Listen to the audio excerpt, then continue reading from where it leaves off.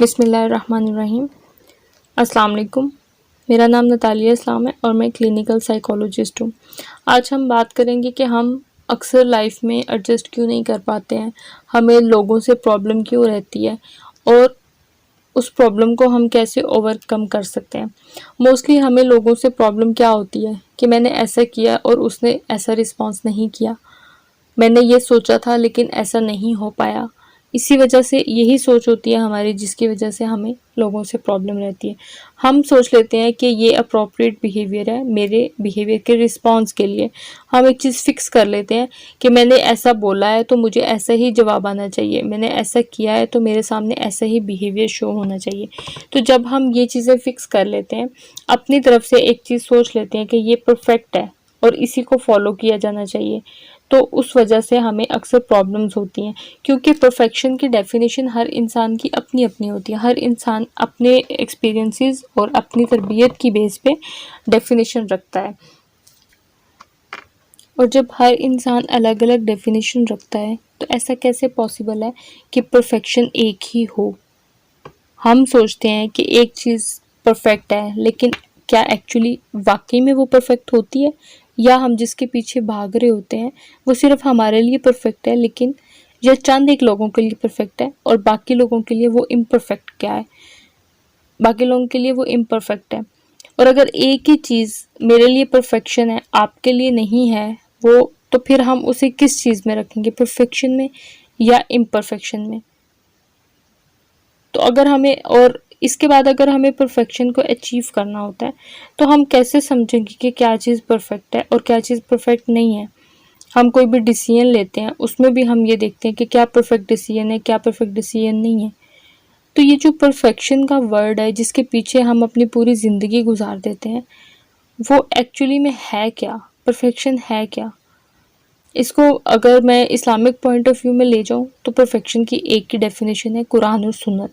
लेकिन अगर हम इसको साइकोलॉजिकल डेफिनेशन में बयान करना शुरू करें तो फिर हम इसके डिफरेंट एस्पेक्ट्स देखेंगे कि हमें सबसे पहले तो परफेक्शन के पीछे भागना ही नहीं होता, क्योंकि परफेक्शन कुछ भी नहीं है और इंसान इतना परफेक्ट हो भी नहीं सकता। एक चीज़ मेरे लिए परफेक्ट है और वही एक चीज़ मेरे लिए ही दूसरी सिचुएशन में परफेक्ट नहीं होगी। मेरे अपने ही पॉइंट्स जो हैं वो एक टाइम में कुछ और होंगे, दूसरी सिचुएशन में कुछ और होंगे, क्योंकि परफेक्शन में फिर सिचुएशन, एक्सपीरियंसेस, फीलिंग्स, ये सब चीज़ें आ जाती हैं।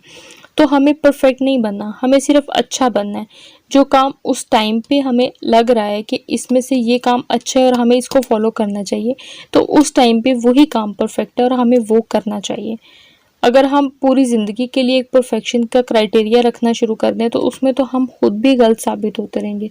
लेकिन अपनी गलती तो हमें याद नहीं होती है, लेकिन दूसरे बंदे की गलती हमें फ़ौरन पकड़ी जाती है कि इसने ये चीज़ हमारे परफेक्शन के क्राइटेरिया से हट के की है, और वहाँ पे हमें प्रॉब्लम स्टार्ट हो जाते हैं। तो इसका बेस्ट सोल्यूशन ये है कि आप सबसे पहले तो अपने अंदर ये जो परफेक्शन का कीड़ा है इसको बाहर निकाल दें, इसको छोड़ दें। ये सोचना छोड़ दें कि इस तरह ही बिहेव किया जाना ही अप्रोप्रिएट है। नहीं, हर इंसान की अपनी नेचर होती है। एक इंसान और तरीके से हंसता है, दूसरा इंसान और तरीके से हंसता है, तीसरा इंसान और तरीके से हंसता है। अगर हम कहें कि नहीं नहीं, हंसने का यही तरीका होता है, सब इसी तरीके को फॉलो करें, तो इसमें लोगों की गलती तो नहीं है। गलती तो हमारी है कि हम ऐसा सोच रहे हैं कि हंसने का एक तरीका होता है, हालांकि हंसने के तो बहुत सारे तरीके होते हैं और हर कोई अपने अपने तरीके को फॉलो करता है। तो इसके लिए बेस्ट तरीका ये होता है कि उस टाइम पे प्रेजेंट मोमेंट में जो चीज़ अच्छी है, जो चीज़ मुनासिब लग रही है, वो डिसीजन लें, वो काम करें, उसको फील करें। अगर वो काम ठीक जा रहा है खुद को अप्रिशिएट करें, अगर कुछ गलत हो गया है तो उस पर शर्मिंदा हो और उसको ठीक करने की कोशिश करें। उसको इतना लेके अपनी लाइफ में आगे मत जाएं कि वो शर्मिंदगी आपके लिए प्रॉब्लम बनना शुरू हो जाए कि मैंने कभी एक गलती की थी। गलती करना बुरी बात नहीं होती, इंसान गलती से बहुत कुछ सीखता है। इंसान पढ़ने से इतना मेच्योर नहीं होता जितना गलती से सीखने से मेच्योर होता है। लेकिन शर्त यह है कि आप गलती से सीखें। उसका गिल्ट लेके बैठ जाएंगे तो आप सीख भी नहीं पाएंगे और मूव ऑन भी नहीं कर पाएंगे। तो गलती से सीखें, उसका गिल्ट लेके नहीं बैठें। और जब कोई खुशी मिले उसको फील करें कि हाँ मैं खुश हूँ, और उस खुशी को प्रेजेंट मोमेंट के लिए फील करें। हम लोग खुशी को बड़े बड़े ओकेजन्स में फिट कर देते हैं। जब मैं ग्रेजुएशन कर लूँगा तब मैं खुश होऊंगा, इस तरह से।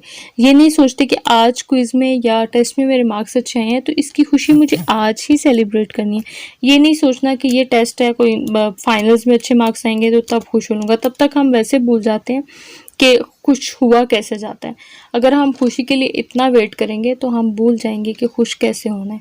तो प्रेजेंट मोमेंट को एंजॉय करें, प्रेजेंट मोमेंट में जो मुनासिब लग रहा है वो काम करें, उस फीलिंग को प्रॉपर तरीके से, अप्रोप्रिएट तरीके से फील करें और एक्सप्रेस करें।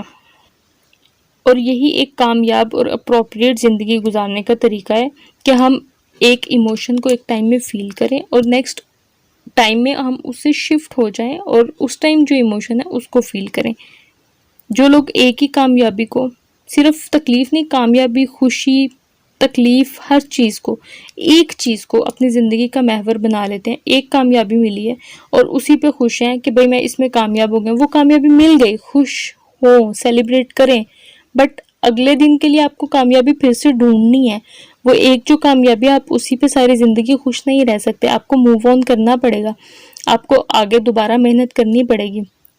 इसी तरह जो लोग एक तकलीफ को या एक दुख को लेके अपनी ज़िंदगी का महवर बना लेते हैं उसी एक चीज़ को, वो खुद को भी खो देते हैं। उनकी मेंटल हेल्थ, उनकी खुशी, उनकी हर चीज़ ख़राब होना शुरू हो जाती है।